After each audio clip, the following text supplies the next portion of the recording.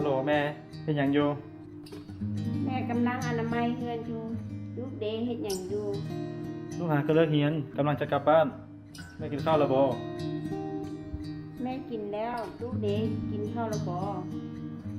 โดยลูกก็กินแล้วโดยพักผ่อนซะเบิ่งแย่งตัวเองได้เด้อลูกโดยแม่ฟ้าแม่เงินลูกสิหมดแล้วโอ้เงินแม่ลูกเด้อแล้วแม่สิโอนให้โดยแม่โคตรงามเลยกินเลยดีป่ะจะได้แรงบนเก่าที่ครับบนเก่าอ่ะโอ้กำลังมือเรียงบนเก่าฉันก็จะลืมส่วนกับครูไปแล้วเนี่ยโอเคจะดูตัวเองกันนะเอาโอเคแล้วเจอกันได้แล้วเจอกัน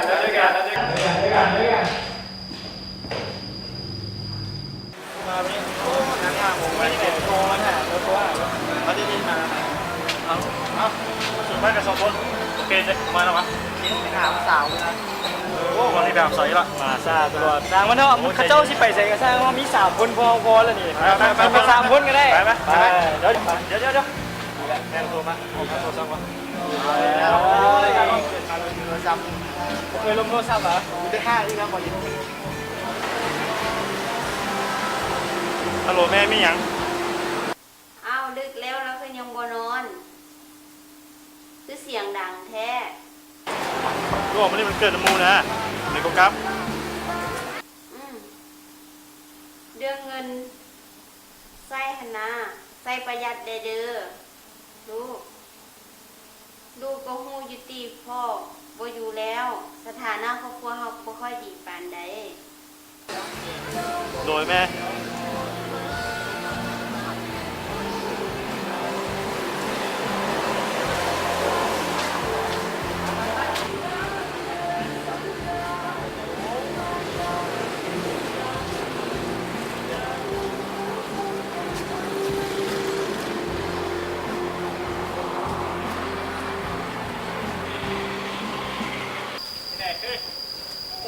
เจอกันโดดต้องเจอนี่สุนบอกกูมีอย่างไม่เบิ้งนี่ไอโฟน7อย่างเท่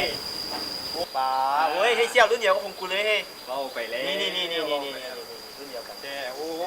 มีแอปใหม่บอลองโหลดแล้วมึงเลยนะอะไรเดี๋ยวรุ่นนี้กูก็มีกันรุ่นนี้กูได้เอามาซื้อกับแช่อยู่ใส่อยู่บ้านเลยเนาะเดี๋ยวมานี่ส่วนบอป้าแอปใหม่สู่โคตรไวสู่หนีโมบายลีเจนสู่เอ้ยกูขอรีเนี่ยอ๋อลองมาเอาที่ของกูไปจีบล็อกสู่กูจืดรอบนึงเฮ้ยบุ๊กเฮ้ยกูออกไปต้มโทรศัพท์แม่กูได้เอาไปเอาสายด่าแม่กินทอดได้ไหมกูว่าน้อยหนึ่งกับเว้ยมาเอาโมบายลีเจนให้เปิดกันดิ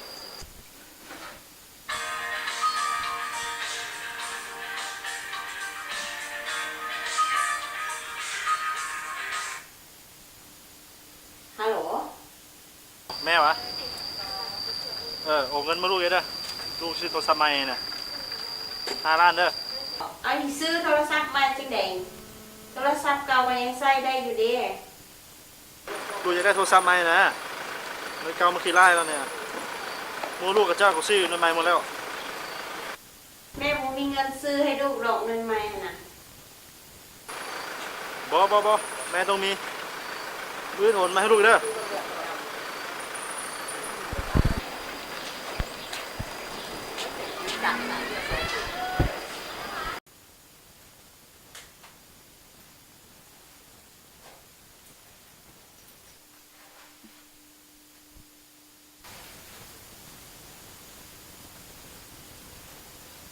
พอมันเลยเงินก็แห้งบ่มีจะเอาเงินอยู่ใส่ผักให้มัน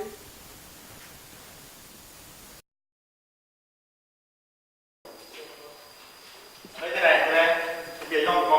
โอ้ยยากเลยเรื่องเบียร์น่ะเย็นไปโอ้ยไปซื้อไปเอาเก็บมาเลยไปวะไปไหนไปให้ไหนมันนี่กูชี้เลี้ยงไปสุดโอ้มันนี่กูชี้เลี้ยงเดี๋ยวพวกกูมีอย่างจังอย่างนะเอามาได้เจอกันนะครับไปสุดเจอกัน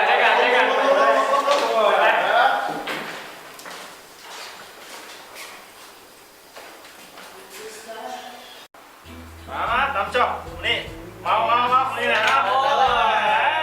ว่าแล้วนะ มื่อนี้บักแสงมันขึ้นเท่าไหร่วะจึงมาเลี้ยงเบียร์กูเว้ย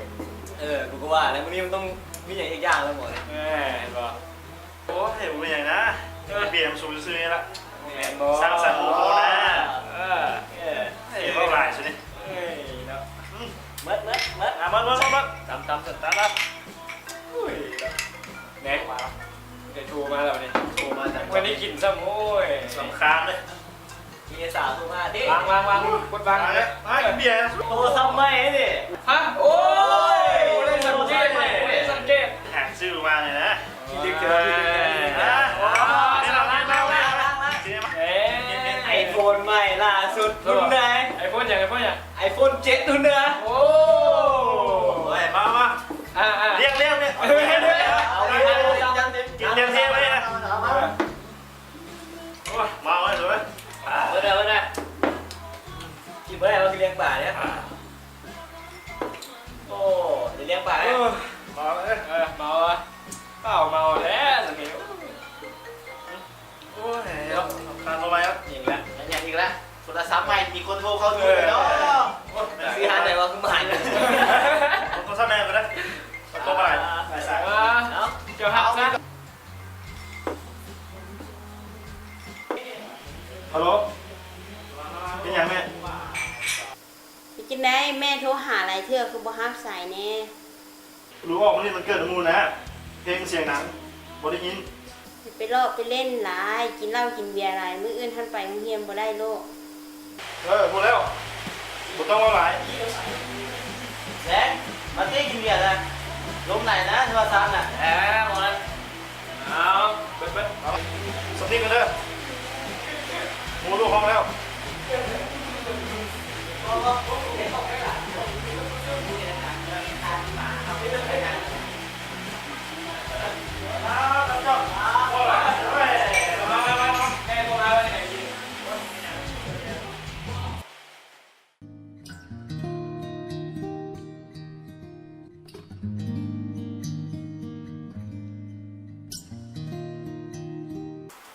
สูปีเทอมนี้โปรกลับบ้านวะ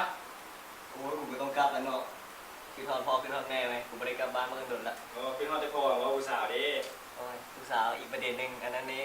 ไว้เจอกันอยู่บ้านแล้วกินทอนสาวเลย โอ้ย ประเด็นคือประเด็น ก็ว่าสิกาเพื่อนกันเงินตรงนั้นแหละอยู่ไปก็บ่มีเงินใช้ วะครับสนะเอาแล้วบักแสงสันโปรกลับบ้านพ่อมกูบอก สุดยอดมันถามเขาเนาะยังเซ็งอยู่นี่ เป็นปะ เซ็งก็ได้ไอ้เกม3ตัวคนปีนี้นะ โอ้ย คือจะไปกลับนอกบ้านเลยนะ สาม รักษายานุ่มเอฟนุ่มเอขาหักยังไง โอ้ยบ่เป็นหยังเสียวเอ้ยบ่ได้กลับปีนี้กลับปีหน้าก็ได้มึงบ่ใส่ดอกบ้านมึงอันนี้นั่นแหละ โอ้ยมึงก็ว่าวได้เนาะมึงโมเมนต์กูเนาะกูก็จะกลับบ้านที่กันพยายามแม่ได้เนาะ เราส่งเดือนกันแล้วแกเอฟซื่อ จำนั้นอยากกลับบ้านที่กันนะสุดยอดเลยป้าเป็นยูเบียคนเดียว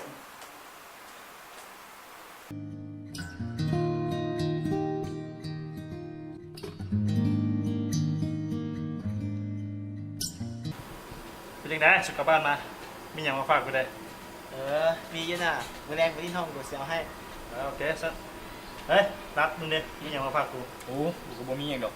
แต่กูมีแนวสิมาบอกมึงตอนกูกลับบ้าน มีอย่าง เป็นเรื่องของเมย์มึงนั่นแหละมึงข่าวๆเราอยู่วะ ฮะ มึงก็หุ้งข่าวๆเราอยู่วะ แม่กูไปยัง โอ้ยมึงกับบ่ฮู้อย่างนี้เนาะ เอาสิหูวะกูอยู่เวียงเนาะไว้กลับบ้านคือสู อ๋อสั้นที่เราเดี๋ยวนี้ให้ฟังซะคือตอนที่กูกลับบ้านไปนะแม่กูถามกูว่าเป็นอย่างมึงอะนะคือบ่กลับบ้านไปหายาแม่มึงเนี้ยเพราะว่าตอนนี้สุขภาพเราก็บ่ได้สบายคือแตะกี้แล้วเด้อันเงินคำนั่นที่เราหาให้มึงใช้น่ะตอนนี้เราก็จมอยู่ว่าเราไปยืมคนนั้นคนนี้มาให้มึงใช้แหละ มึงเว่าไทยวะ กูก็เว้าแท้เนาะ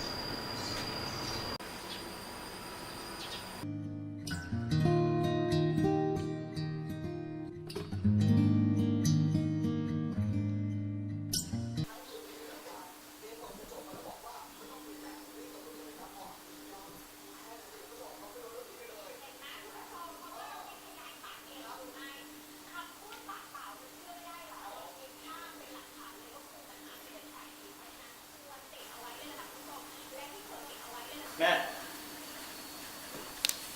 อ้าวเป็นจังไดไปมาจังไดทางเฮียนแล้วว่าลูก บ่อยากมาอยากแม่ซื้อแม่ขอโทษเด้อที่ลูกใช้ชีวิตฟุ่มเฟือยบ่สนใจการเป็นอยู่ของแม่ว่าแม่สิเป็นจังไดแม่สนใจหาเงินให้ลูกอยู่นะ ว่าเป็นอย่างลูกเรื่องผ่านไปก็ให้มันผ่านไป ต่อไปลูกสิเป็นแปลงตัวเองสิเป็นคือเก่าอีกแล้วลูกสิตั้งใจเรียน เลยดีใจน้ำเลยลูกเปลี่ยนตัวเป็นคนดี โดยแม่ขอโทษเด้อรักแม่เด้อ แม่ก็หักลูกคือกันเลย